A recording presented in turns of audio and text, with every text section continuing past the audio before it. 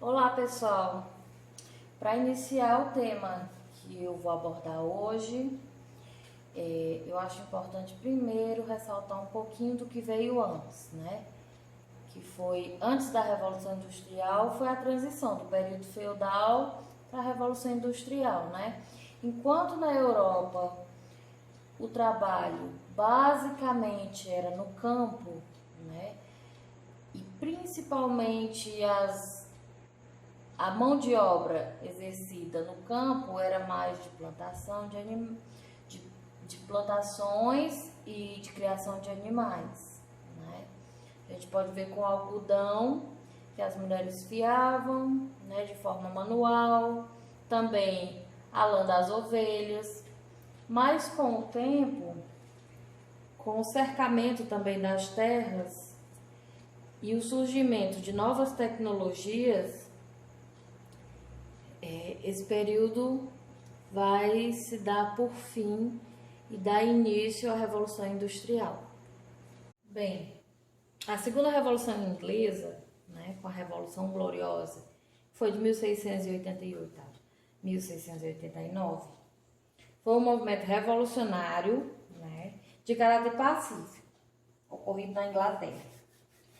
Foi através dessa revolução que ocorreu a troca do absolutismo monárquico pela monarquia parlamentar na Inglaterra.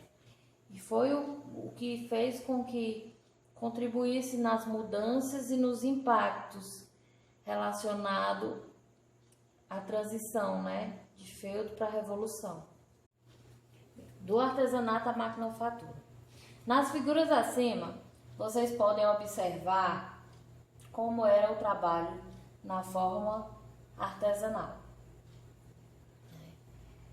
Na forma artesanal, geralmente o artesão era apenas uma pessoa responsável pela fabricação do que ela produzia. Quando passou para a maquinofatura, foi dividido as tarefas, né? Geralmente era entre os camponeses, os familiares. Cada um ficava responsável pela fabricação de uma parte do que eles estavam produzindo. O que fazia com que o trabalho artesanal era muito mais demorado, né? Enquanto a maquinofatura ela poderia acelerar o processo, né? Até chegar no período industrial, em que isso vai se tornar muito mais rápido, né? Com a máquina a vapor, que vai ajudar a acelerar e aumentar a carga horária de trabalho e de exploração e prejudicando, né, o artesanato e a maquinofatura. Então, como vocês podem ver nessas ilustrações, eram as formas ao qual o maquinário que deu, né, que propôs a modificação, a evolução, né, dos meios de trabalho. Porque aqui vocês vão ver todas essas figuras, aqui são os modos de trabalho. Artesanal, aqui artesanal, de como eram feitas dentro das famílias, né? Que depois passou a manufatura, onde as famílias trabalhavam e dividiam as funções, assim acelerando o processo das criações do que eles trabalhavam, do que eles vendiam, né? As mulheres fiavam, né? Também eram elas que tosavam a lã das ovelhas, né? Que colhiam o algodão e que faziam todo esse serviço de forma manual. Com a invenção da máquina a vapor de James Watt, levou a um impulso gigantesco das tecnologias na primeira revolução industrial, através dos meios de transportes e das máquinas na indústria moderna, né? Com a produção fabril, caracterizada pelo uso das máquinas e a velocidade ao qual ela trabalhava, né? fazendo com que a produção artesanal, a produção manufatureira tivesse uma perca de necessidade de encomendas, de ofertas, né? Comparada ao baixo custo pela velocidade que as indústrias tinham em fabricar seu material e transportar com mais rapidez. Com a burguesia industrial e o operariado na construção do tempo e trabalho. A carga horária de início era de 18 horas de trabalho, né? E a burguesia que investia na indústria, ela tinha a oferta de trabalho, porém a quantidade do êxodo rural dos camponeses, né, que haviam perdido terras e trabalho e tiveram que migrar para a cidade grande, né, levou muitas mulheres, né, viúvas, órfãos, a buscar pela sobrevivência nos chãos de fábrica. E o que acontece? Por conta da grande oferta, também tinha uma enorme busca e as condições de trabalho não eram boas e os salários também não, o que levava muitas pessoas também a morrer e de certa forma a lotar, né, as cidades que não tinham estrutura para receber tanta gente, que não tinha saneamento, né? O que proliferava bastante doenças. E a gente pode ver o quanto as crianças eram exploradas naquela época. Bem, foi na figura de Ned Ludd que surgiu o ludismo. O ludismo era um movimento operário de homens que quebravam as máquinas por conta de perder seus empregos, né, na manufatura, no artesanato.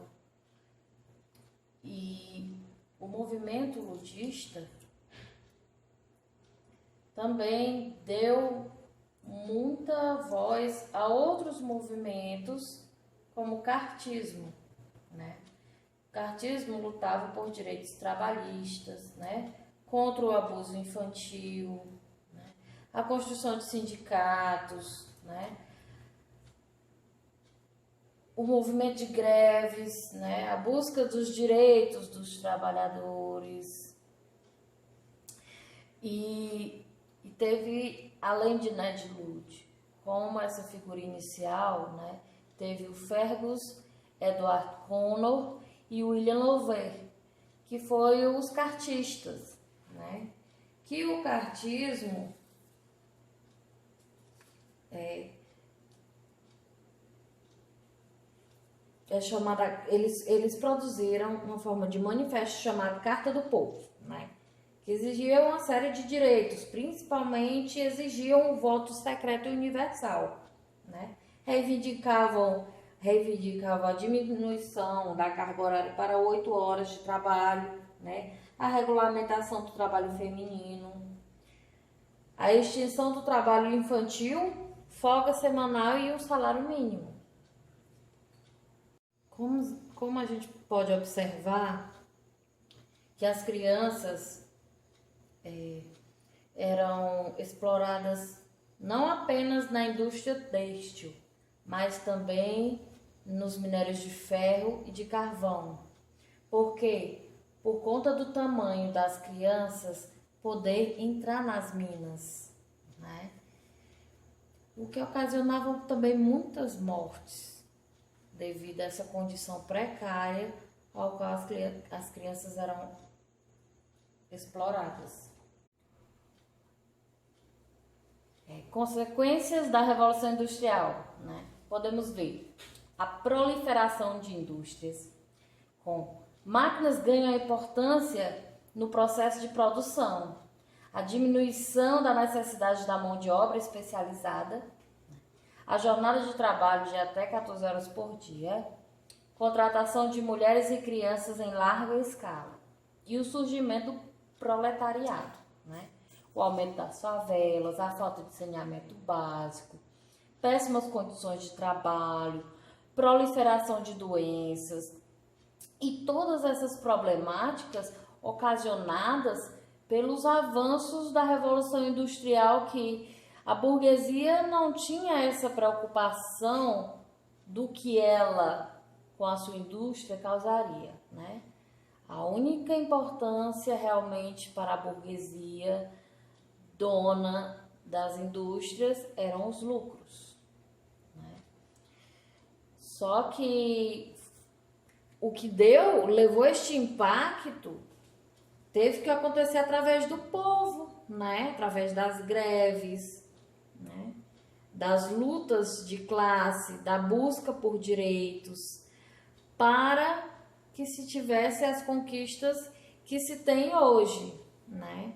A gente pode observar com a Revolução Industrial o quanto foi sofrido para os camponeses, o quanto eles tiveram que passar e que perder suas vidas devido a essas drásticas mudanças que os humanos não estavam ainda preparados, né? E a dica de livros e filmes que eu irei dar são referências, né? A Formação da Classe Operária com Edward Thompson, historiador inglês, né? A Era das Revoluções com Eric Hobsbawm, historiador britânico. O romancista Charles Dickens com o livro Oliver Twist, que também tem um filme, né?